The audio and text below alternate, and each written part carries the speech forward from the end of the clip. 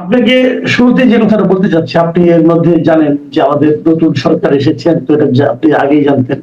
সরকার যাত্রা শুরু করেছে, জাতীয় সংসদের অধিবেশন শুরু হয়েছে, এবং সেগুলো নিয়ে আমরা কথা বলবো। কিন্তু তার আগে যে কথাটা আমি বলতেই চাই, কারণ আপনি আলোচনা শুরুর আগে আমাকে বলেছিলেন যে আমাদের বেশ বিরতির পর এমন একটা দিন আমরা শুরু করতে যাচ্ছি যে দিনটাই একটা আমাদের জন্য গুরুত্বপূর্ণ দিন। তো সেই দিনটা নিয়ে আপনি একটু বলেন। প্রথম কথা হচ্ছে, ধরেন আজকে যেটা কথা আমরা বলছি যে বঙ্গবন্ধুর জন্মদিন, ঐতিহাসিক 17ই মার্চ। আমি খুব ভালোভাবে যেটা বলি এবং বিশ্বাস করি, সিরিয়াসলি বলছি আপনাকে, সেটা হচ্ছে বঙ্গবন্ধুর মতো নেতা আপনার এই যাবৎকালে একেবারে বাংলার ইতিহাসে খুব কম দুই একজন এই ধরনের নেতা আমরা পেয়েছি। এখন তার কন্যার আমলে কি বাড়াবাড়ি হচ্ছে তাকে নিয়ে এগুলো আমরা দেখেছি চোখে। এবং আপনাকে আমি একটা কথা বলি, একটা তৃতীয় মাত্রা টক শোতে সৈয়দ আনোয়ার হোসেন ছিলেন আমার সাথে অধ্যাপক। আমি সেদিন একটু ক্ষিপ্ত ছিলাম, আমি বলেছি যে এই মুজিব কোড গুলো থাকবে না। তো উনি সেটা পছন্দ করেননি, উনি বলছেন যে উনি চারদিকে মুজিব দেখেন। তা আমি স্যারকে বললাম যে আপনি মুজিব দেখছেন, আমি কিন্তু খামাখা কতগুলো মুজিব কোড দেখছি এবং এগুলো খসে যেতে খুব একটা সময় লাগবে না।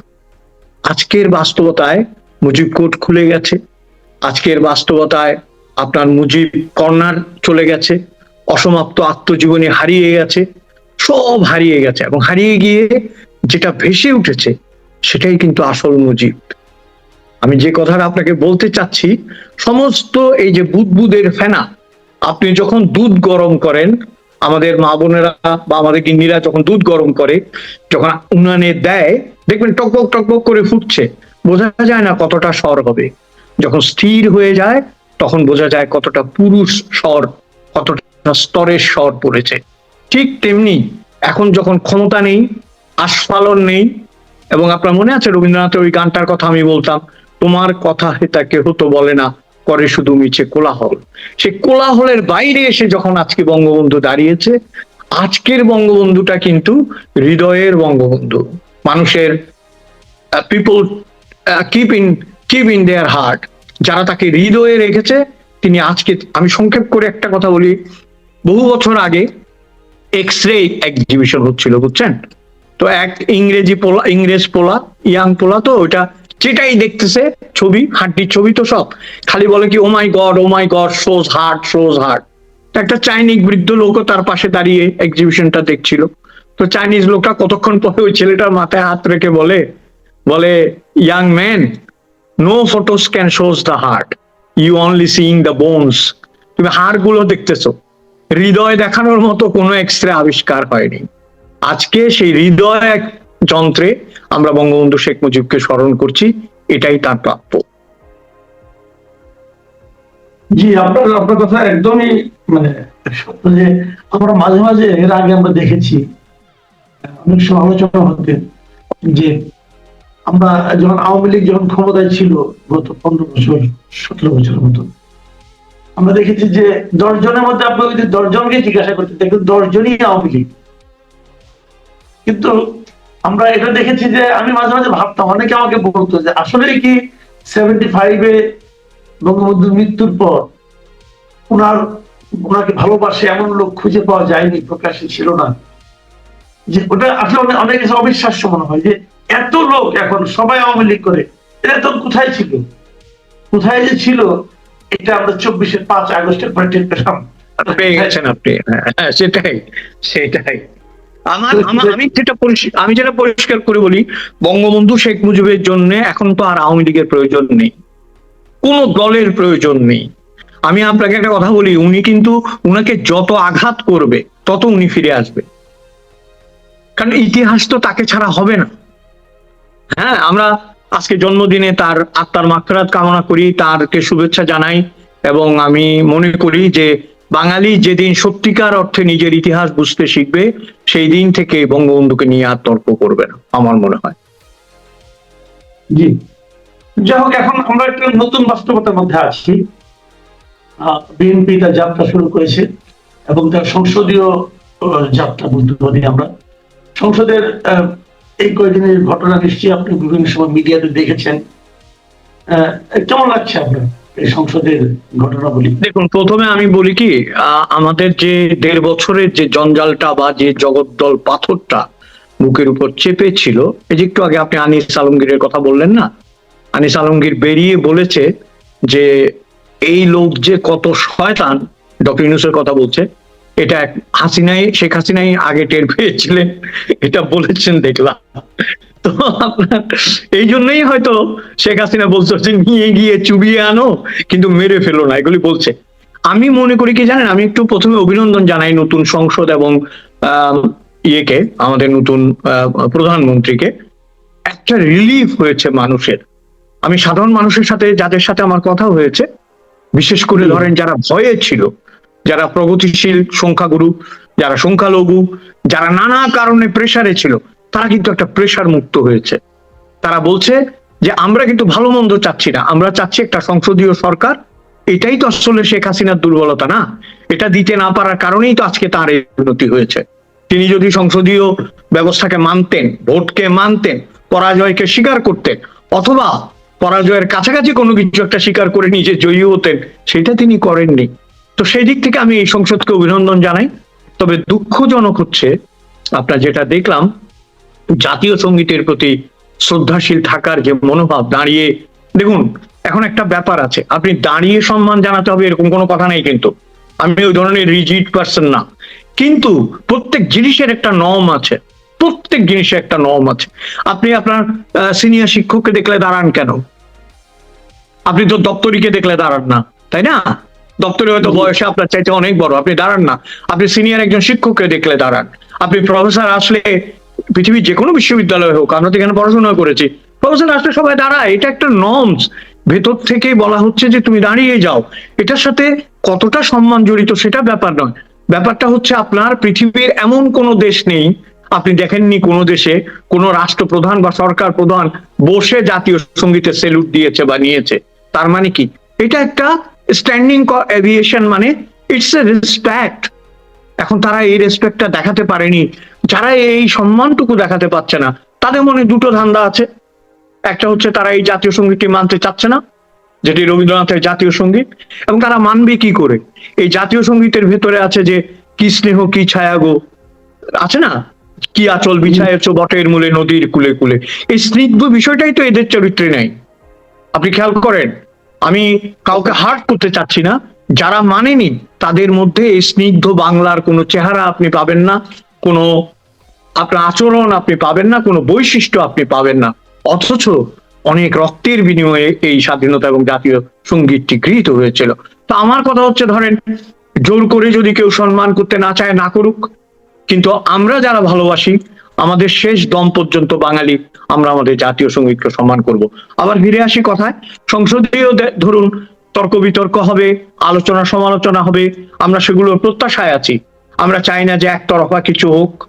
এবং নবীন প্রধানমন্ত্রী, আমাদের যদিও বয়স হয়েছে উনার, নবীন প্রধানমন্ত্রী, আমরা চাই তাকে গণতান্ত্রিক ভাবে সাপোর্ট দেওয়া হোক, যাতে বাংলাদেশের যে কালিমাগুলো যেগুলো হয়েছে, যে কলুষ গুলো হয়েছে, সেগুলো মুছে যেন বেরিয়ে আসতে পারে বাংলাদেশ। আমি মনে করি এটা ইম্পর্টেন্ট। সংসদের যাত্রা শুরু হওয়ার শুরুতেই একটা বিষয় নিয়ে বিরোধ দেখা দিয়েছে। সেই বিরোধটা হলো যে কিভাবে জুলাই সনদকে বাস্তবায়ন করা হবে, অথবা কিভাবে সংস্কার কার্যক্রমগুলি বাস্তবায়ন করা হবে। এবং এটার ক্ষেত্রে একটা প্রস্তাব ছিল আগে থেকে, রাষ্ট্রপতির আদেশের মাধ্যমে একটা সংবিধান সংস্কার পরিষদ গঠন করা হবে, যারা নাকি সংবিধানকে সংস্কার করবেন, কিছু পরিবর্তন করবেন। কিন্তু বিএনপি সেই সংবিধান সংস্কার পরিষদকে মানছেই না। তারা বলছে না, এটা সংবিধানে নেই, এটা আমরা মানবো না। এবং আমরা সংবিধান সংস্কার পরিষদের সদস্য হিসাবে তারা শপথও নেয়নি। ইন্টারেস্টিং হলো, বিরোধী দলরা তারা শপথ নিয়েছে। আর তারও যে বড় কথা হলো, আমার কাছে যেটা মনে হচ্ছে যে এটা ডক্টর ইউনূসের কারণে কিনা আমি জানি না, যে নির্বাচন কমিশন এমন একটা শপথ পড়িয়েছেন, যে শপথটা পড়ানোটা অসাংবিধানিক বলে বৃহত্তম রাজনৈতিক দল দাবি করছে। তো আমি এটাও বুঝি না, নির্বাচন কমিশনই বা কেন কিভাবে পড়াবেন? তো এই যে বিষয়টা, এটাকে আপনি কিভাবে দেখছেন? হালকা করে বলি, আমাদের দর্শকরা এত ভারী ভারী কথা না শুনে আমি হালকা করে বলি। রফিকুল আলমের একটা গান আছে, জাভিদা সুলতানার বর যে রফিক সাহেব, ভালো গায় কিন্তু না, একটা গান আছে, এক হৃদয়হীনার কাছে হৃদয়ের কি দাম আছে, বুঝেছেন? আমাদের যিনি তত্ত্বাবধায়ক অন্তর্বর্তী সরকারের যিনি প্রধান ছিলেন, তিনি একজন হৃদয়হীন মানুষ। তিনি হৃদয়হীন মানুষ বলে এই দেশে দুঃখ, কষ্ট, ব্যথা, আনন্দ কোনো কিছুতে তিনি শরিক হন নাই, শরিক হন না। আমি এই কথাটা একেবারে মানে নিশ্চিত ভাবে বলছি। আপনি দেখান তো, নিয়ম মাফিক উনি জাতীয় স্মৃতিসৌধে গেছেন, নিয়ম মাফিক উনি শহীদ মিনারে গেছেন, এবং আপনি একটা মানুষের কিন্তু গেট আপ এবং আচরণ দেখলে বুঝবেন তার ভেতরে রেসপেক্ট আছে কিনা। তার ভেতরে রেসপেক্ট আছে কিনা এটা কোনো মনোবিজ্ঞানীও তো বলতে পারবে না। এবং আরেকটা বিষয় হচ্ছে কি জানেন, অন্ধকারে কোথায় হারিকেনের ভিতর লুকিয়েছিল। দেশের এত ক্রাইসিস, মানুষ এই কথা বলছে, ওই কথা বলছে, ওই কথা, কোথাও উনি নাই। যমুনার দিকে ছেলেরা ধেয়ে যাচ্ছে, মারামারি হচ্ছে, উনি বললেন উনি এই সমস্ত ছেলেদেরকে বাঁচানোর জন্য এসছেন। পরে উনার আমলে যখন ছেলেরা মার খেতে শুরু করলো, উনি বাঁচাতে গিয়েছেন? কোনো কথাই বলতেন না উনি। এই মানুষটির আমলে যে কোনো সংস্কার যেটা হয়েছে, বিএনপি যতদিন না মানবে আমি ততদিন বিএনপিকে সমর্থন করব। কারণ কি জানেন, যে লোকটা রিসেট বাটনের কথা বলেছিল, আমি তো জিজ্ঞেস করেছিলাম এর পরে আমার একটা ফেসবুকে স্ট্যাটাসে, যে রিসেট বাটনটা এখন কোথায়, আপনি নিয়ে গেছেন না রেখে গেছেন? ওটা কই? ওইটা তো জাতির দরকার না, ওইটার একটু তো ব্যাটারি বুটারি দিয়ে ঠিক করতে হবে, হয় আমাদের দিকে আনতে হবে, নাহলে ওটাকে ইয়ে করে দিতে হবে। এবং দেখেন, এই যে আপনি বলছেন এতগুলো কথা, এতগুলো কথার মধ্যে একটা লোকের কথা মনে পড়ছে, এই যে আমাদের আলী রিয়াজ সাহেব। কোথায় উনি? দেশের কাঁধে একটা জোয়াল চাপিয়ে দিয়ে আপনি চলে গেছেন, অথবা কোথাও লুকিয়ে আছেন। এইটা তো সংস্কার না। বিএনপি যে কথাটা বলেছে আমি শুনেছি, এটা ওই যে আপনার আমির খসরু এবং সালাউদ্দিন আহমেদ দুজনে বলেছে, হ্যাঁ, আই লাভ ইট, আমি পছন্দ করেছি এটা। বলছে আমরা তো সংসদ সদস্য হিসাবে শপথ নিয়েছি, আমি তো ওইখানে শপথ নিতে যাই না, আমি নিয়ে এই শপথ। এবং আরেকটা জিনিস, আমরা এদের কথা বলছি, অপর পক্ষের কথা আমরা বলবো না? ওরা কি আমাদের আপনার বেআই পক্ষ যে আমরা ওদেরকে ছাড় দিব? ওরা দেখেন, ওরা বললো যে না এটা মানি না, এখানে সংবিধান হলে আমরা থাকবো না, এই রাখবো না।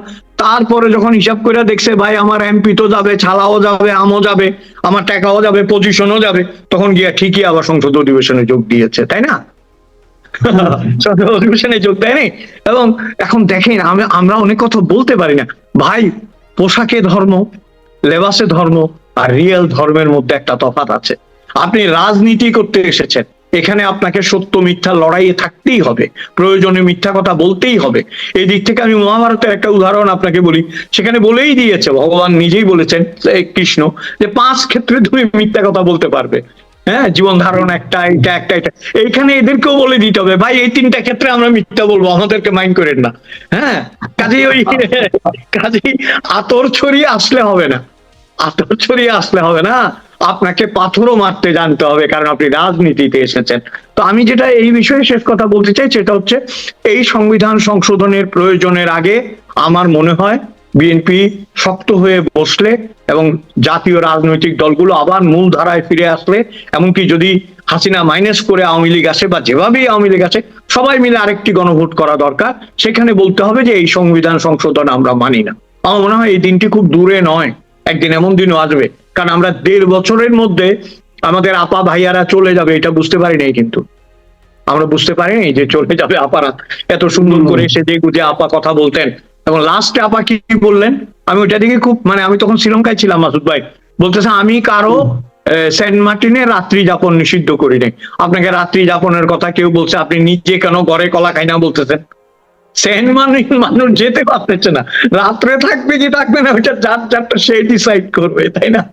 তো এই যে মুশকিল, এগুলো আসলে যাই হোক, আমার মনে হয় আমার এই বিষয়ে শেষ কথা হচ্ছে সংবিধান সংশোধন বিষয়ে বিএনপি যা বলছে আমি তার সাথে দ্বিমত করি না। জি, আমরা একদম শেষ পর্যায়ে চলে এসেছি। একটা বিষয় একটু বলতে চাই, এতক্ষণ তো কিছু রাজনৈতিক সিদ্ধান্ত বিএনপি নিয়েছে, যে সিদ্ধান্তগুলি নিয়ে কিছুটা বিতর্ক হয়েছে।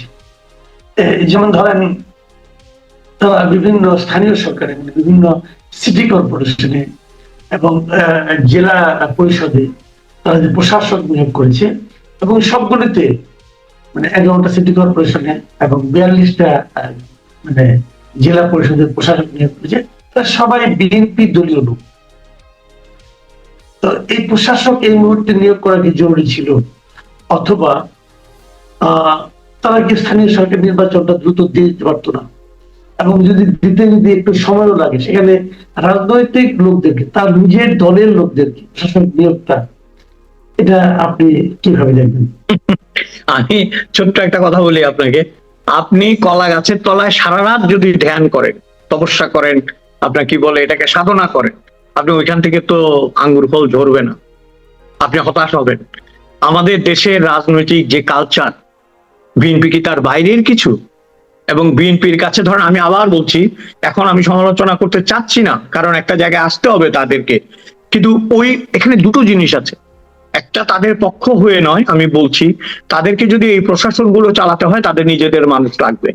এবং তারা কিন্তু এখনো আমি বলবো আওয়ামী লীগের চাইতে তো একটু হলেও বেটার আছে। আওয়ামী লীগ তো শেষের দিকে কি করেছিল, উনি এবং উনার আত্মীয়, উনি আর কাউকে বিশ্বাস করবে না, কিন্তু একজন আত্মীয় তো দাঁড়ায় এই বিপদের সময়, তাই না?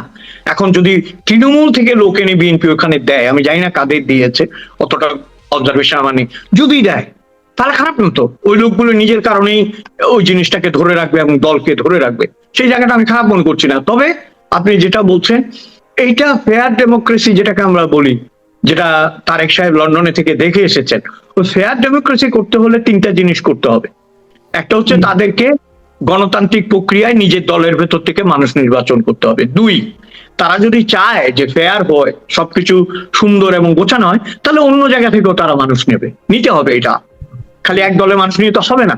আর তৃতীয় হচ্ছে, আপনি দল মত ধর্ম বাদ দিয়ে অন্য যারা, তাদের কাছ থেকেও তো আপনি মানুষ নিয়ে এই কাজটা করতে পারেন। কিন্তু সেই দিল্লি অনেক দূরে,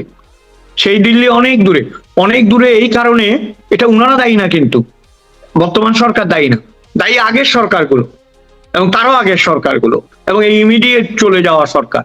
আপনি খেয়াল করেন, যেই চলে গেছে, আমি যা শেষ করছি, যেই চলে গেছে, প্রথম আলোর লেখক দেখা যাচ্ছে যে পিআইবিতে টাকা মেরে মানে শেষ করে দিয়েছে, যা বেরিয়েছে ফারুক ওয়াসিফ, আরো আছে যে সিনেমা টিনেমা ইত্যাদি সব। এখন ওই ফারুক ওয়াসিফ যে এইভাবে, আমি একটা ছোট্ট গল্প বলি আপনাকে। ফারুক ওয়াসিফ যখন পিআইবিতে জয়েন করেছে, তখন একজন আমাকে বলল যে উনি অনেককে বাদ দিচ্ছে, সেখানে একজন চতুর্থ শ্রেণীর কর্মচারীকে বাদ দিয়েছে। ও তো কান্নাকাটি করছে, কারণ ওর তো আর কোনো রোজগারের উপায় নেই। তো আপনি চেনেন এক সাংবাদিক, আমি নাম বলছি না, উনি আমাকে বললেন যে দাদা, আমরা গেলাম, গিয়ে বললাম যে ফারুক ভাই বাদ দিচ্ছেন আমাদেরকে, ঠিক আছে, আমরা ফ্যাসিস্টের দোষর আপনার ধারণা মতে। এ তো ফ্যাসিস্ট বানানি জানে না, বুঝেই না, এ একটা পিয়ন টাইপের লোক, এরে বাদ দিচ্ছেন কেন? জায়গা খালি করতে হবে, জায়গা খালি করতে হবে, আমাদের জায়গার লোক নিতে হবে, তো জায়গা খালি করতে হবে, কোনো কথা শুনবো না। জায়গা খালি করতে গিয়ে সে ট্যাক্সাল খালি করে দিচ্ছে, দেখছেন আপনি? পরে দেখা গেল জায়গা খালি তো খালি, তহবিলেই খালি করে দিয়েছে। তো আমি শেষ কথাটা আপনাকে বলি, আমার দর্শক শ্রোতারা গল্প শুনতে ভালোবাসে, আমি একটা গল্প বলি। এক ভদ্রলোক, আপনার গল্পটা একটু মন দিয়ে আপনিও শুনে। এক ভদ্রলোক বাজি ধরেছে তার বন্ধুদের সাথে, সে একটা বই পড়েছে যেখানে একজন লোক কবরস্থান থেকে উঠেছে, উঠে প্রৌঢ় হয়েছে, প্রৌঢ় থেকে যুবক হয়েছে, যুবক হয়ে শিশু হয়ে মাতৃগর্ভে চলে গেছে। তো সবাই বলছে তুই পাগল, এরকম বই দুনিয়ায় আছে? বলে হ্যাঁ, কালকে নিয়ে আসবো। ধরুন 10,000 টাকার বাজি, পরদিন নিয়ে এসে বলতেছে এই দেখ বইটা, এই দেখ। সবাই হাসতেছে। তো বলে হাসতেছিস কেন বেটা, টাকা না দিলে নাতে হাসুস কেন? হারামজাদা, এটা আরবি বই, উল্টা থেকে পড়তে হয়, বুঝছেন আপনি? তো আমাদের দেশের এই আরবি বই সোজা থেকে পড়া, সোজা বই উল্টা থেকে পড়া, এই জন্য আজকে সংবিধান এবং জাতির এই অবস্থা। এটা থেকে বেরিয়ে আসতে হবে। জি, অনেক ধন্যবাদ জনাব ফজলে গুপ্ত। আপনাকে একটা দীর্ঘ বিরতির পর পেয়েছি, এবং বিরতিটা দীর্ঘ ছিল, অনেকের কাছে বিরতিটা কিছুটা একটু কষ্টকর ছিল, কিন্তু পাওয়ার পর আমার মনে হয় সবাই এই কষ্টটা ভুলে যাবেন। আপনাকে অনেক ধন্যবাদ, অনেক ভালো লাগলো আপনার সঙ্গে কথা বলে। আগামীতে আবার কথা হবে, সেই প্রত্যাশা থাকবে। জি, এখন এ পর্যন্তই। আল্লাহ হাফিজ।